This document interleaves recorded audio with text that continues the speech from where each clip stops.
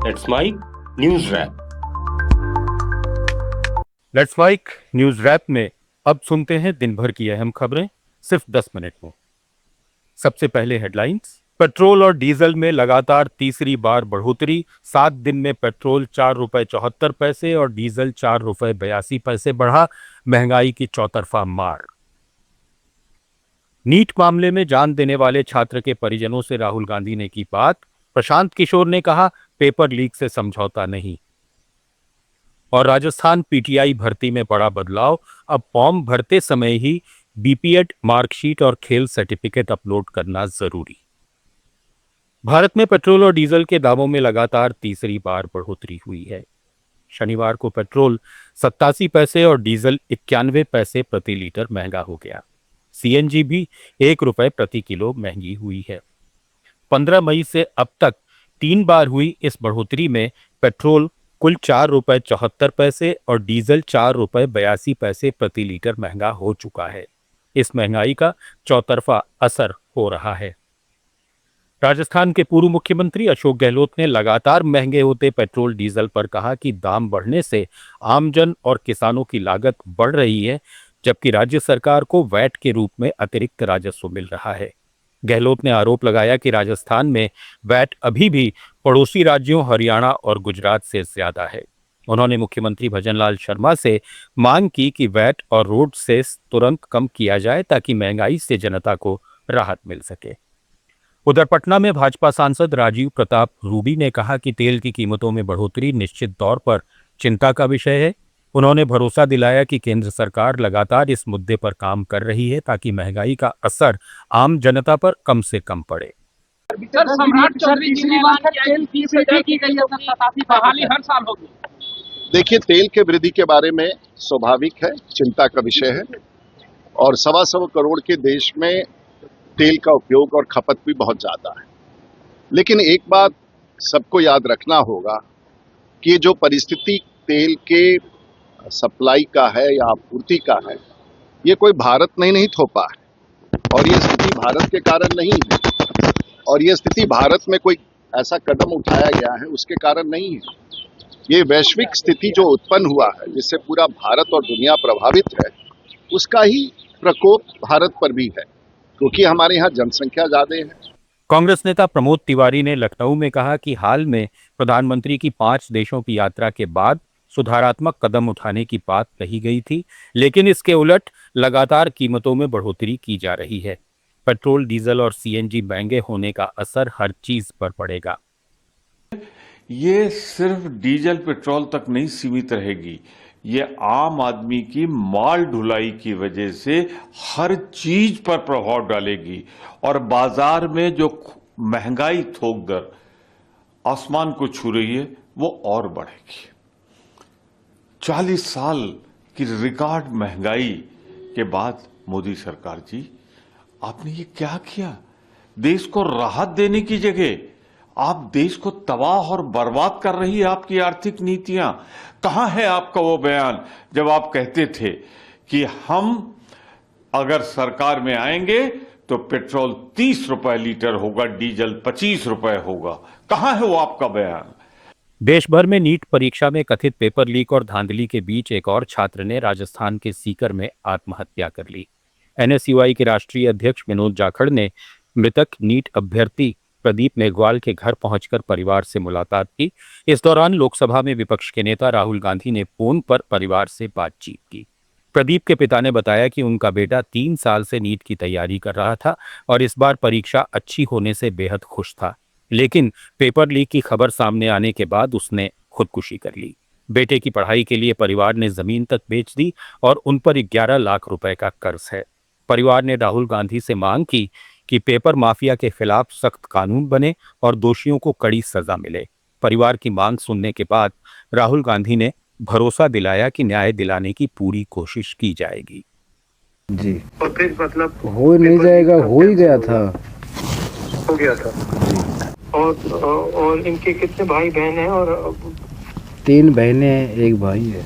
बड़ा भाई है या छोटा भाई है? नहीं, भाई तो वो एक ही था। और उनकी मम्मी भी हैं? जी। भैया बात कीजिए मम्मी से, बात करिए। हेलो। नमस्कार। नमस्कार। सॉरी, ये बुरी खबर सुनी हमने। घणी दुख की बात तो ये 3 भाणी 1 भाई हो बिपरी मारू सारो अब वही मारू टूट कर भी क्या करूंगा। उनको वापस तो नहीं ला सकते, मगर अगर हम कोई मदद कर सकते हैं तो प्लीज बता दीजिए। हाँ भैया, ये लोन लेके इन्होंने पढ़ाया है भैया इनको, ये बोल नहीं पा रहे हैं, रो रहे हैं भैया, पूरी फैमिली, पूरी जमीन बेच दी भैया। 11 लाख रुपए का लोन है भैया इनका। 11 लाख रुपए? और सिर्फ पढ़ाई के लिए लिया है भैया, जमीन बेच दी। इधर राजस्थान के पूर्व मुख्यमंत्री अशोक गहलोत ने नीट परीक्षा में हुई अनियमितताओं और पेपर लीक के कारण अभ्यर्थी प्रदीप मेघवाल द्वारा आत्महत्या करने की घटना को बेहद दुखद और हृदय विदारक बताया। उन्होंने कहा कि ये घटना देश के लाखों युवाओं की पीड़ा और शिक्षा व्यवस्था की गंभीर खामियों को उजागर करती है। गहलोत ने सोशल मीडिया पर एनएसयूआई अध्यक्ष विनोद जाखड़ की परिवार से मुलाकात और राहुल गांधी से हुई बातचीत भी साझा की। जन स्वराज के संस्थापक प्रशांत किशोर ने नीट पेपर लीक मामले में एनटीए के डायरेक्टर जनरल अभिषेक सिंह के बयान पर पटना में कहा कि अगर 1 सवाल भी लीक हुआ हो या 5 सवाल लीक हुए हों तब भी उसे पेपर लीक ही माना जाएगा। सबसे बड़ा मुद्दा यह है कि परीक्षा की निष्पक्षता पर सवाल खड़े हो गए हैं। प्रशांत किशोर ने परीक्षा प्रणाली में पारदर्शिता और जवाबदेही की मांग करते हुए कहा कि छात्रों के भविष्य के साथ किसी भी तरह का समझौता नहीं होना चाहिए। अमेरिकी विदेश मंत्री मार्को रूबियो ने आज प्रधानमंत्री नरेंद्र मोदी से दिल्ली के सेवातीर्थ में मुलाकात की। 4 दिन के भारत दौरे पर आए रूबियो कोलकाता होते हुए दिल्ली पहुंचे। कोलकाता में उन्होंने मिशनरीज ऑफ चैरिटी जाकर मदर टेरेसा को श्रद्धांजलि दी। यह करीब 14 साल बाद किसी अमेरिकी विदेश मंत्री का कोलकाता दौरा रहा। दोनों नेताओं के बीच व्यापार, टैरिफ, ऊर्जा, सुरक्षा, प्रौद्योगिकी, रक्षा सहयोग और क्वाड साझेदारी जैसे मुद्दों पर चर्चा हुई। रूबियो कल विदेश मंत्री एस जयशंकर के साथ द्विपक्षीय वार्ता भी करेंगे। देश में 19वें रोजगार मेले में 51,000 से अधिक युवाओं को केंद्र सरकार की नौकरियों के लिए नियुक्ति पत्र प्रदान किए गए। प्रधानमंत्री नरेंद्र मोदी ने वीडियो कॉन्फ्रेंसिंग के जरिए इन चयनित युवाओं को बधाई दी और कहा कि आज पूरी दुनिया भारत के युवाओं और देश की तकनीकी क्षमता को नए नजरिए से देख रही है। युवा सिर्फ अपने करियर की शुरुआत नहीं कर रहे बल्कि देश की विकास यात्रा के अहम भागीदार भी बन रहे हैं। पीएम मोदी ने युवाओं की मेहनत की सराहना करते हुए उनके परिवारों के योगदान को भी महत्वपूर्ण बताया। केंद्र सरकार ने ग्रामीण क्षेत्रों में रोजगार की नई गारंटी देने के लिए बीबी रामजी अधिनियम 2025 के मसौदा नियम जारी कर दिए हैं। 1 जुलाई से लागू होने वाले इस कानून के तहत मनरेगा की जगह नया व्यापक ढांचा स्थापित किया जाएगा, जिसमें ग्रामीण परिवारों को साल में 125 दिन रोजगार की गारंटी मिलेगी। सरकार ने इन नियमों पर सार्वजनिक परामर्श शुरू किया है, जिसमें संक्रमणकालीन प्रावधान, मजदूरी भुगतान, बेरोजगारी भत्ता, शिकायत निवारण और वित्तीय प्रबंधन जैसे मुद्दे शामिल हैं। इस योजना का मकसद ग्रामीण अर्थव्यवस्था को मजबूत करना, आजीविका के नए अवसर पैदा करना और मनरेगा से बेहतर, अधिक प्रभावी रोजगार गारंटी व्यवस्था स्थापित करना है। कॉकरोच जनता पार्टी के संस्थापक अभिजीत दीपके ने बताया है कि सीजेपी की वेबसाइट को बंद कर दिया गया है।